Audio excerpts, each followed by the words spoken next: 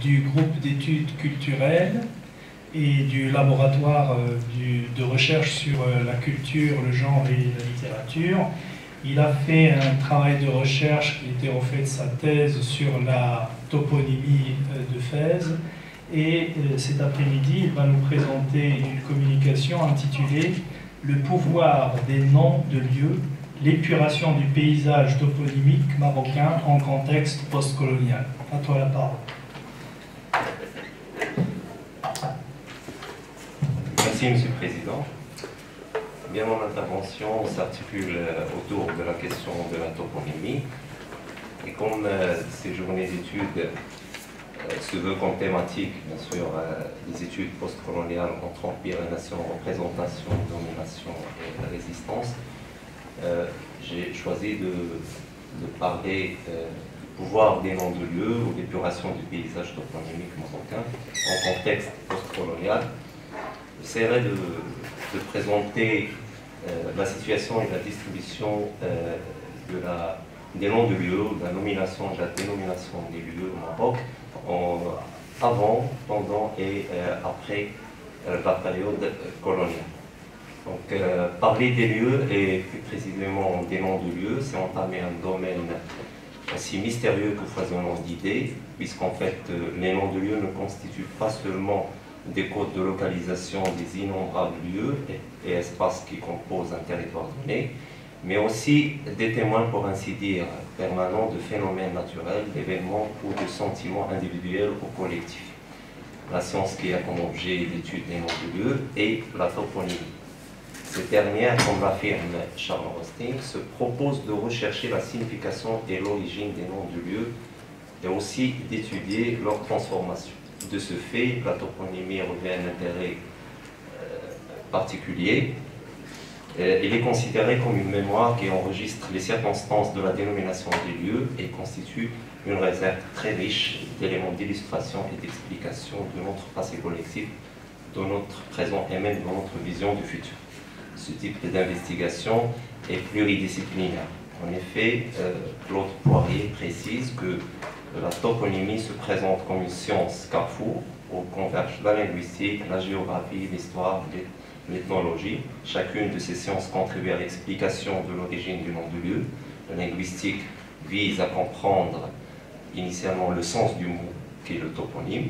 La géographie et l'histoire cherchent à évaluer les dimensions de l'objet géographique, la datation de ce même objet et à comprendre les motifs culturels qui se retrouvent derrière ce nom de lieu. Nommer un lieu, c'est aussi produire un acte de naissance d'un point dans l'espace. C'est permettre son appropriation, c'est créer un ordre symbolique, c'est aussi donner la vie, l'identité et la spécificité. Nommer, c'est aussi posséder. Appropriation et possession modèlent assurément le cours de la médiation toponymique. On apprend les noms aux lieux et l'on s'approprie les lieux par les noms. Et qui dit possession, appropriation, dit domination et gestion de ces deux notions sont le propre de tout pouvoir politique. L'acte de nommer des lieux ne peut par conséquent se défaire de sa connotation politique et se trouve même au cœur de tout projet d'occupation des territoires.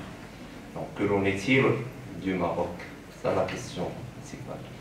La toponymie du Maroc est le reflet d'une histoire riche en apports successifs qui ont chacun contribué à lui donner un aspect très varié et très différent, suivant la région du pays concerné. Cette variété toponymique est due aux divers groupes de populations qui se sont installés sur son territoire au cours des siècles. Et si dans l'ensemble, la nomenclature majeure du territoire marocain est à base arabo-amazigh, il existe également un apport des plus variés d'autres peuples ayant occupé le pays. Ainsi, il faut noter que le paysage toponymique au Maroc a subi des transformations souvent profondes au cours de son histoire, par suite notamment de migrations, d'invasions et des occupations d'autres peuples. Les nouveaux occupants ont souvent substitué des appellations exprimant la sensibilité de leur choix à celles qui existaient lors de leur arrivée. D'autres appellations furent traduites, d'autres enfin adaptées à la langue de l'occupant. Ce sont ces caractéristiques générales qui, à notre avis, ont marqué de leur empreinte la stratification toponymique du pays et qui est, sans remonter très loin dans l'histoire, constituée de la toponymie amazighe, arabe, française et espagnole. L'apport des autres civilisations, telles que la libyque, romaine, byzantine ou portugaise, ne doit pas être oublié, même si on laissait chacune à des degrés très divers des traces toponymiques, mais de moindre importance. Nous retiendrons que seule la présence amazighe, arabe et française, surtout, et espagnole, a pu modifier dans une grande mesure la physionomie toponymique du pays. Pour la toponymie amazighe, il faut noter qu'elle est présente sur tout le territoire marocain avec une densité et des attestations très hétérogènes d'une région à une autre. La zone d'occupation des Amazirs était les montagnes, le Haut-Atlas, le Moyen-Atlas et l'Anti-Atlas. Ces derniers, avec les piémonts et les vallées qui les entourent, ont été généralement considérés comme les lieux d'installation des populations amazighes. C'est la raison pour laquelle la toponymie amazighe est colorée par des noms inspirés du milieu physique, avec une relative rareté des noms de personnes. Par exemple, je donne des exemples des noms en relation avec la topographie. Adrer, montagne, Azro, rocher, Sew, masculin ou Tessew, pente, Azara, plateau, plaine, et c'est M. Mansour de me corriger, je fais des fautes de prononciation des termes amazighes. Arbela, source, sont des noms en relation avec l'hydronymie. Arbelon, c'est une source des mulets. Des noms en relation avec l'agriculture, Amali, terrasse cultivée, ou Amzos, des cultures tardives. Des noms renvoyant, et j'en passe, et plusieurs noms qui ont en relation avec le relief ou la nature du sol, l'hydronymie ou la topographie. Et ce phénomène, bien sûr, mérite une étude à part et qui pourra faire l'objet de recherches plus détaillées. Pour la toponymie arabe fut de très loin la plus riche, la plus importante, ou la plus variée, la plus vivante. Bien sûr, avec l'arrivée des troupes arabo-musulmanes, la toponymie marocaine a subi un bouleversement aussi bien dans les zones occupées par les Arabes que celles qui ne l'ont pas. Le Maroc se voit intégré à l'Orient par sa conversion à l'islam et subit alors une révolution dans toutes les composantes de la société. La nomenclature géographique du pays n'a pas échappé à cette règle. Elle n'a pas cessé de se transformer. Et on assiste alors au remplacement des termes géographiques amazighes par des termes arabes. De ce contact, une toponymie d'une très grande richesse et d'une très grande variété émergea. Cette toponymie se caractérise aussi par une grande variété de thèmes, étant une civilisation où le fait religieux est prépondérant, c'est par conséquent par l'introduction du fait religieux qui se singularise le plus. Le culte des saints a connu bien sûr un développement considérable attesté aussi bien par les visites quotidiennes au tombeau que par les fêtes annuelles ou le Mouassim, que par la toponymie qui constitue un témoin de premier ordre et qui se traduit dans l'espace par la dénomination d'une multitude de lieux par des agionymes sur la base bien sûr de Zawiya ou Sidi aussi, comme Sidi Bouzid, Sidi Harazim, Sidi Qasim, Mimouna et ainsi de suite. Des noms en relation bien sûr avec ou des lieux patronymiques ou dédicatoires formés sur des bases comme Bni ou Bou ou Bled. Donc la toponymie arabe, je dirais qu'il se manifeste par l'introduction aussi des termes géographiques comme des termes désignant l'hydronymie, l'Ain ou l'Oued, des termes désignant le relief, Jbel, Tul, Kudia, l'Aqba. Donc les Arabes ont nommé le lieu pour prendre bien sûr possession, donc ils ont renommé les lieux par leur propre langue afin de prendre possession du territoire et encore pour exprimer bien sûr la revendication et de marquer leur appartenance et l'inscrire ainsi dans l'espace. Ce sera à travers leur langue et à travers le choix des noms rappelant leur civilisation et leur religion. La toponymie arabe n'est en effet que le reflet de la transposition d'une perception de l'espace par la civilisation et la culture musulmane, cette dernière porteuse d'un nouveau projet économique et social, avait eu des incidences directes sur les activités et la gestion spatiale. Et c'est ensuite que cette toponymie a bouleversé radicalement le paysage toponymique marocain, qu'il soit rural ou citadin, que ce soit des lieux dits ou des constructions. La toponymie amazigh a non seulement été repoussée et confinée dans des espaces réduits, mais en plus, elle est concurrencée même dans ces réduits par la nomination arabe. Maintenant, pour la toponymie durant la période coloniale. Si les sociétés marocaines précoloniales avaient une dénomination de l'espace qui leur permettait de se reconnaître, de se mouvoir, de se déplacer, de prendre possession d'une certaine partie de l'espace, selon des critères et des principes qui appartiennent à la civilisation musulmane, l'administration coloniale nomma et dénomma suivant des critères et des principes et méthodes qui échappèrent à la logique de ces sociétés. À leur arrivée au Maroc, les Français ont trouvé un pays avec une toponymie très ancienne, qui avait une civilisation où l'islam est bien ancré, une toponymie solidement établie, un pays nommé, occupé, mis en valeur. Par divers procédés, des lois foncières ou des lois patronymiques, la colonisation créa une rupture dans la reproduction de l'ordre spatial. Elle met en place une nouvelle configuration spatiale par la surimposition du cadre colonial sur l'espace et les réalités marocaines. La puissance coloniale a bien saisi l'importance de la dénomination et l'importance du mythe des origines symbolisées par le nom que porte la tribu, car étant à la base de sa cohésion. Aussi, le colonisateur procède à un découpage caractérisé par la hiérarchie et l'emboîtement pour assurer un pouvoir central fort et pour effacer toute référence à un passé d'où pourraient surgir des sentiments nationalistes.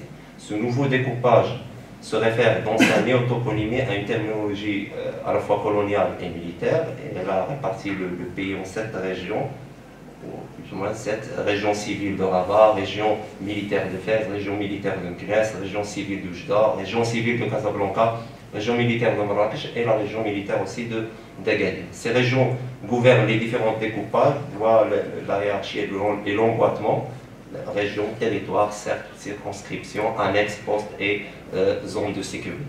Ces appellations étaient, les différents découpages étaient souvent juxtaposés à des noms de lieux déjà existants et parfaitement connus des autochtones. Nous pouvons trouver bien sûr l'attribution de nouveaux noms de lieux qui s'est faite sur des centres et des périmètres villageois coloniaux.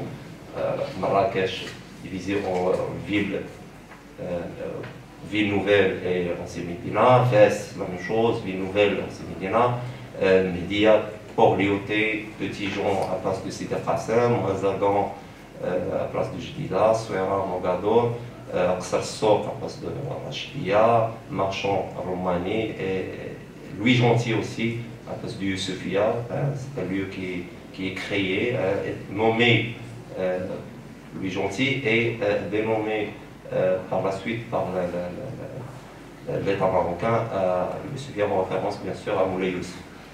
Ainsi a-t-on assisté à l'établissement pour la première fois aussi d'une architecture routière faisant appel à une nouvelle nomination jamais utilisée, route nationale numéro ou route régionale numéro.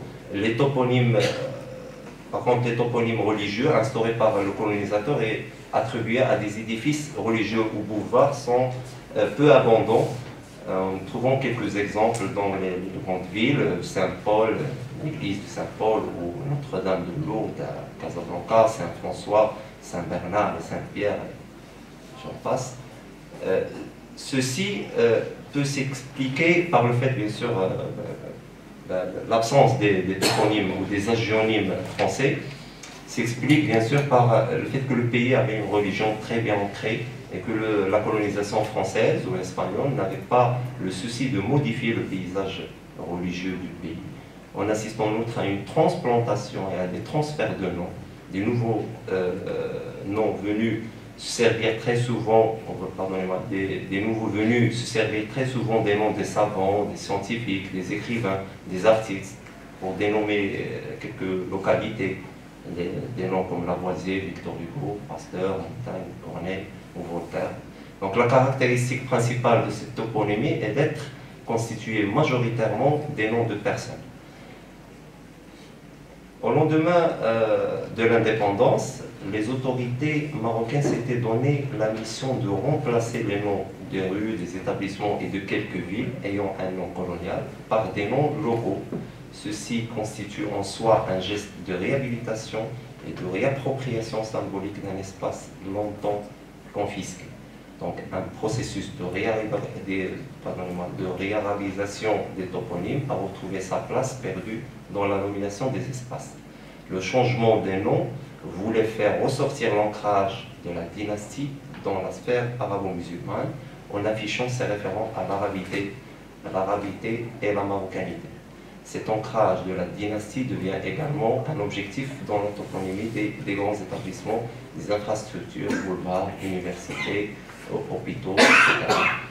Donc on assiste alors à une hiérarchisation, une nouvelle hiérarchisation des noms en fonction de l'importance des lieux, en affectant les noms des rois, des princes aux lieux centraux, en donnant des noms des résistants, des savants, des écrivains et quelques capitales étrangères aux lieux intermédiaires, et en donnant enfin des noms renvoyant bien sûr aux objets ou à la faune ou à la flore aux lieux périphériques. Donc un nouveau découpage territorial vit le jour, tout d'abord dans les années 70, qui consacra des noms se référant à l'orientation géographique, à la place des régions militaires ou civiles. Nous avons les régions du centre, les régions du nord-ouest, la région du centre-nord, région de l'Orient, etc. Cette région, en général, cette région. Ensuite, le découpage régional de 1997, où le terme, pour la première fois, le terme de région prend un statut constitutionnel de collectivité territoriale. Il a vocation à être un espace de développement socio-économique. Le siège de la région et la ville, figurant au premier plan, s'impose généralement tous les noms. Parmi les 16 régions créées, nous trouvons des nominations simples, comme c'est le cas pour la région Casablanca ou la région de l'Oriental, des nominations complexes, région Fès-Boulmel, Chaouia, Tanger, Tétouan, et de toponymes plus complexes et composites comme César, le cimetière Rabat, Salé et Zmouzir. Donc l'accumulation de références indique une certaine concurrence entre les communautés rivales. Il y a toujours une difficulté de trouver un compromis sur un nom simple, significatif et fédérateur, un nom qui porte en lui les prémices d'une cohésion de groupes et communautés à l'intérieur d'une région à construire. Et ce phénomène continue et existe même de nos jours, même avec la réforme de la régionalisation avancée. Donc il convient de dire que la logique de nomination adoptée par le colonisateur a perduré après l'indépendance. La production des provinces en tant que nouvelle structure administrative donnait la priorité à une toponymie se référant aux villes malgré la petitesse de leur taille démographique. Cependant, au lieu de faire renaître les noms ayant une valeur historique, de redonner des noms originaux au lieu pour mettre en relief l'héritage historico-culturel du Maroc, qui a été soumis à une destruction massive, et leur donner une protection juridique et culturelle, une attribution presque exclusive de noms sans profondeur lointaine dans l'histoire a été entreprise. Autrement dit, la mémoire lointaine du Maroc est absente du paysage toponymique marocain actuel. Il faut signaler cependant que l'État marocain avait pris l'initiative de normaliser les noms géographiques à travers la création d'un organisme officiel appelé l'ANCFCC, ou l'Agence nationale de cadastre foncier et de cartographie, est chargé de l'inventaire, la collecte, le traitement, la validation, la diffusion, la mise à jour et la conservation de bases de données toponymiques, mais ces efforts demeurent, à notre avis, sans efficacité apparente, car ils pourraient céder à des pressions de groupes politiques ou des particuliers désireux de perpétuer la mémoire coloniale, ce qui nécessite de faire appel aux chercheurs universitaires pour la conservation de notre patrimoine culturel, notre histoire et notre personnalité marocaine. Bon, pour conclure, donc à l'issue de notre intervention, nous devons reconnaître que la production toponymique au Maroc est plus que jamais un champ de domination et d'appropriation de l'espace. Si l'espace est considéré comme un support d'écriture, de réécriture et de traces laissées en héritage, il est aussi support de représentation et d'appropriation, voire de domination. Et si l'appropriation de l'espace se fait par le corps, dans l'usage et les pratiques quotidiennes, elle est également réalisable par le langage, c'est-à-dire la mise en mots de cet espace. L'appropriation ici est liée à la production et l'usage de symboles pour signifier que tel espace ou tel lieu est associé à un groupe. C'est ce processus appelé marquage symbolique qui a comme finalité de donner un sens à l'espace, et donner un sens à un lieu n'est qu'un acte de pouvoir et de résistance au contre-pouvoir. Et merci. Merci Mohamed Saber pour cette communication serrée et dense, et aussi merci beaucoup pour le respect du temps imparti à ta communication. Tu n'as absolument pas débordé le temps, donc c'est un exemple à suivre. Eh bien, je donne la parole tout de suite à Oulaf Abdelhaq. Oulaf Abdelhaq est un agrégé de lettres. Il est professeur au CERNEF de Fès. Donc il a travaillé sur différents sujets, mais en ce moment il travaille beaucoup sur la littérature marocaine. Il a enseigné aussi des œuvres littéraires marocaines, des œuvres littéraires marocaines aux étudiants agrégatifs. Et donc c'est un bon connaisseur de la littérature marocaine, de langue française. Il a également travaillé sur Les 1001 nuits. Je pense que c'est un travail de réappropriation de la réception critique des 1001 nuits. La lecture analytique. Voilà, à la lecture analytique. Et aujourd'hui, il va nous parler de l'écriture du moi entre jeu, J-E-U, entre jeu de l'écriture et enjeu identitaire à partir du fond de la jarre de Abdeltaif El-Labi. À toi la parole. Bonsoir.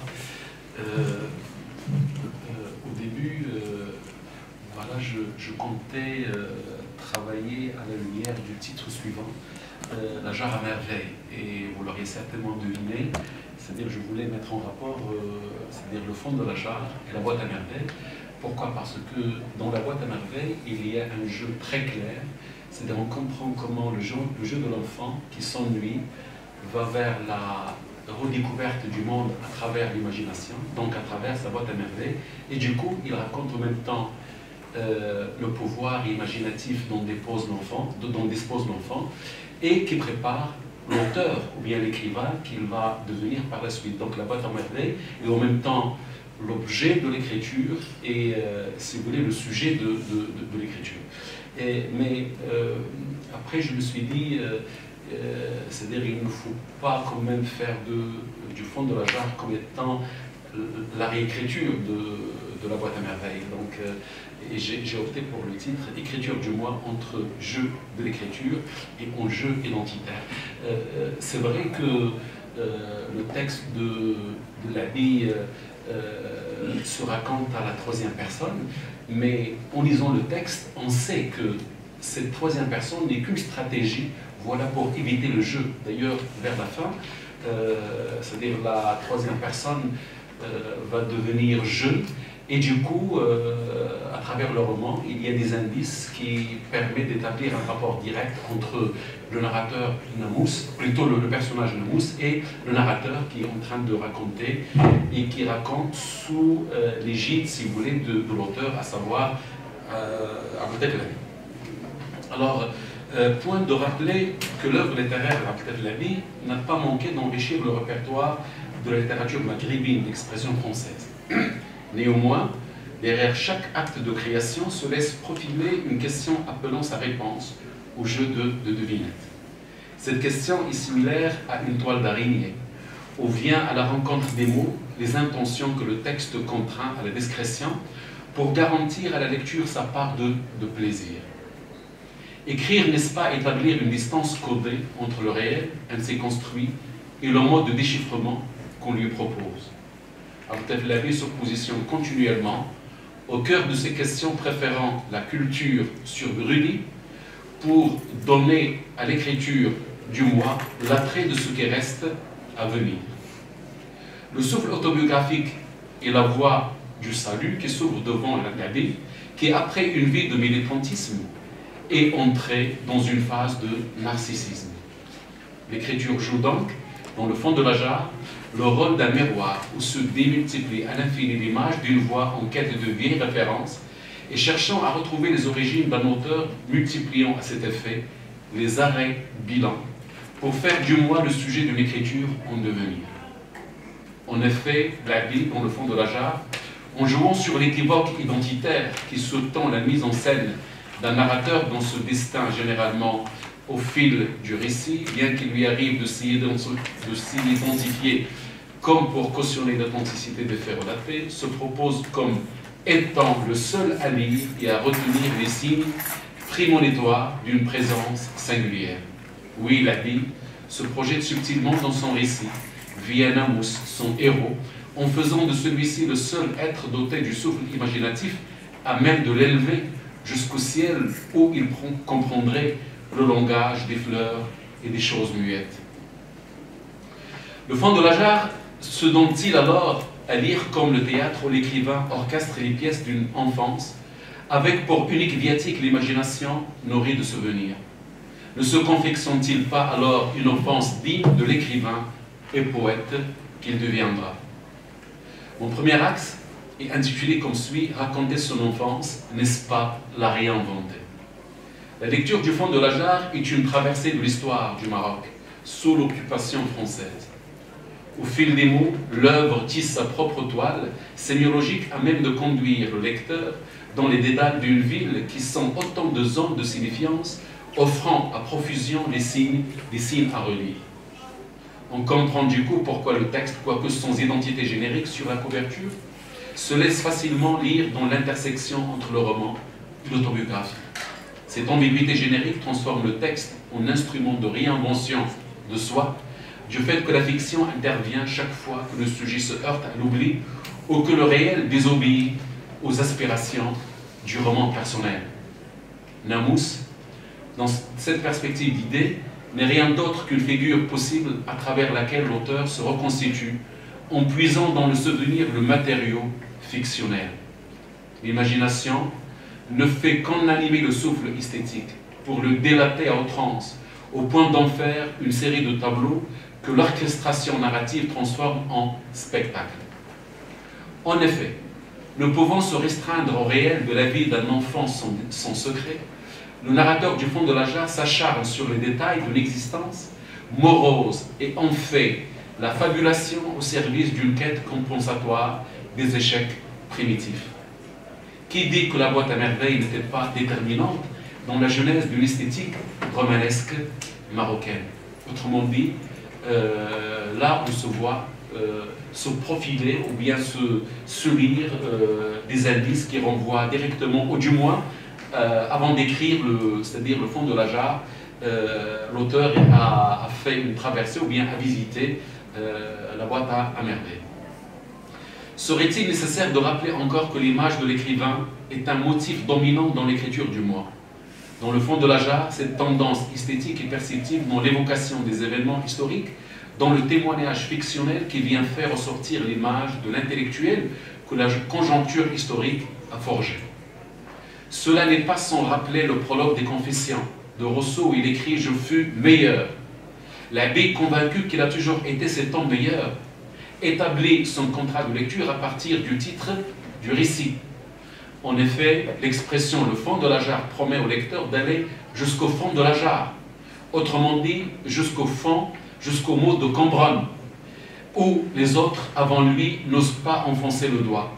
Illusion, au lieu d'interroger les faits passés, le narrateur s'est contenté de se faire mille et un portraits des plus élogieux. Cela revient à dire que cette sincérité tant promise dans le titre, ou plutôt à travers le titre, s'est fait sacrifier sur le temple du narcissisme.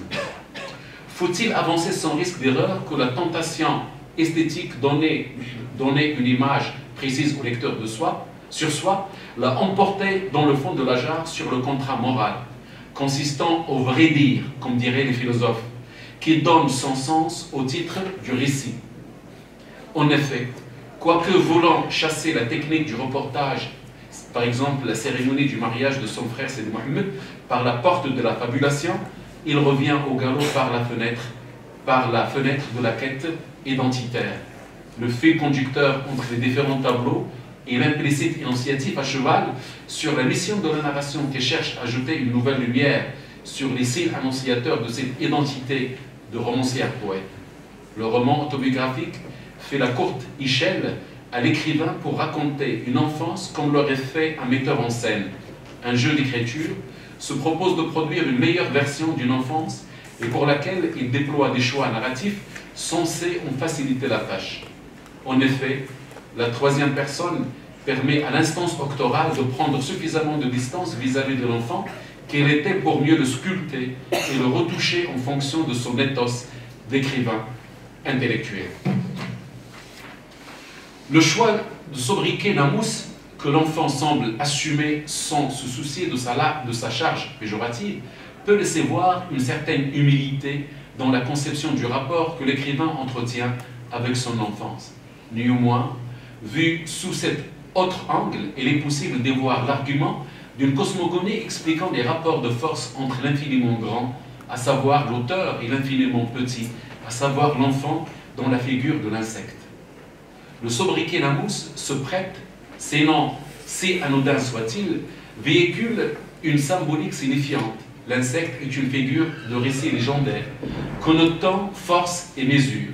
L'anecdote raconte que l'un des pharaons avait une armée capable d'anéantir tous les peuples de la terre. Sa démesure le poussa à s'autoproclamer l'unique divinité de la terre. Un jour, il se réveilla par le bourdonnement d'une mouche qui produisit un bruit étrangement insupportable. Il l'attaqua par sa chasse-mouche et puis par son épée, mais en vain. Le bruit de la bête n'en fut que plus insistant. Le pharaon, fatigué, céda au sommeil. Il fut réveillé par la susurration de l'insecte dans ses narines. Il se racla, cracha, cria, l'insecte continua son chemin jusqu'à trouver un conduit dans la masse sinueuse du cerveau et il en devint fou. On peut conclure que le sobriquet Namous, moustique, est donné à l'enfant comme un signe prémonitoire sous-entendant le militantisme de l'abbé qui mettra la puce à l'oreille, voilà, de la monarchie. Dans cette perspective d'idées, le fond de la jarre fait de la fiction son burin par lequel il sculpte dans la pierre du passé l'enfant qui correspond à l'image de l'abbé et celle de Fès, la nationaliste, faisant le mythe dont il aura besoin pour donner des origines à son militantisme. Le narrateur recourt aussi à la technique cinématographique dans la sélection des faits racontés et leur combinaison dans la mise en perspective narrative. Il assure ainsi la liaison entre les séquences narratives imposant une temporalité elliptique au secours de l'intention esthétique faisant des événements l'instrument d'une argumentation implicite. L'œuvre construit son propre horizon d'attente. Chaque fait raconté est porteur d'une charge de signifiance à même de modifier la trajectoire de lecture pour faire coïncider entre l'action du texte et la réaction du lecteur. Mon deuxième axe est intitulé Namous, le prodige, l'écrivain en devenir. Le fond de la jarre est une mélopée narrative se nourrissant simultanément du passé et le moi social, dont le narrateur exhume la matière de son livre. Et ce, par le travail de la mémoire, en vue de satisfaire l'intention argumentative du texte.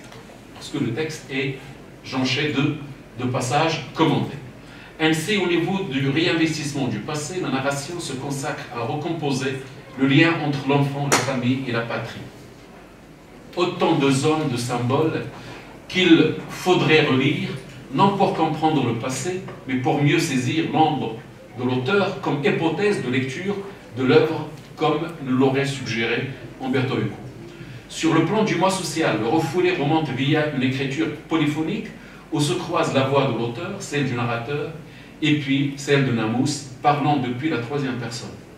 L'acte de l'arrêt retrace le cheminement parcouru par le moi qui, au bout de chaque fait relaté, reconfigure le sujet enfant, débarrassé de ses entraves de lecture pour aboutir à des moments de gloire, ceux de l'écriture. C'est dans les mots de Sartre, l'enfant se moque à outrance de ceux qui semblent avoir détecté en lui les indices annonçant que l'enfant allait devenir écrivain. La Bible en fait un moment de sublimation, une épreuve de reconnaissance. Autant dire que le texte se transforme en miroir dans lequel le moi écrivant se contemple en train d'écrire. C'est dans ce sens que se justifie l'anecdote de l'enfant adopté, sans origine, métaphore du point zéro qui profile le destin de gloire auquel Namous sera destiné. En effet, toute la famille trouve un malin plaisir à lui rappeler qu'elle était un enfant trouvé à Jnasville, avec sa gargoulette. Selon Marc Robert, dans ce cas de figure, on peut parler de roman personnel faisant de l'œuvre une quête continuelle de soi. L'écriture du moi, dans le cas du fond de la jarre, restitue non le chemin des origines menant à l'enfant, de l'enfant à l'auteur, mais plutôt de l'auteur à l'enfant, qu'il aurait voulu être. Un écrivain en herbe, et que les adultes, aveuglés par la platitude du quotidien, n'en percevaient pas le gilet précoce. C'est pourquoi, du moins dans l'épisode de l'école, le récit présente l'enfant comme un héros de camp. Il vit l'épreuve qualifiante lorsqu'il défie l'autorité du maître, l'épreuve de consécration lorsqu'il brillera devant toute la classe, et l'épreuve de reconnaissance avec le bon point et le complément de la mère. À cela s'ajoute le fait qu'il considère l'inscription à l'école comme une aventure vers l'inconnu, comme s'il était, ou plutôt il se préparait à vivre, plutôt à mener une vie quantique. En effet, l'enfant intelligent, différent de tous les autres de sa classe et de son âge, fait preuve d'une sagesse digne de l'écrivain et poète qu'il allait devenir. Ensuite, n'est-il pas le seul petit vrai facile qui, étant complice d'un vol collectif des œufs des voisins, se débarrasse des bonbons achetés par la vente du produit volé? N'aura-t-il pas, à la Hugo, sa tempête sous un crâne, comme après le réveil de la conscience? Encore faudra-t-il rappeler que l'enfant Namous, à chaque fois qu'il se trouve parmi ses pairs, cherche le moyen de s'isoler pour s'adonner à la méditation, son activité de prédilection. Oui, son futur statut d'écrivain oblige. Lors du voyage à Sidi Harazm, dès lors que les autres enfants se mettent à sombrer dans les activités prosaïques, Namous, comme Sidi Mohammed de la boîte à merveilles, se mettra sous le palmier rêvant de son avenir. Et en cela, Namous emboîte le pas à Sidi Mohammed de la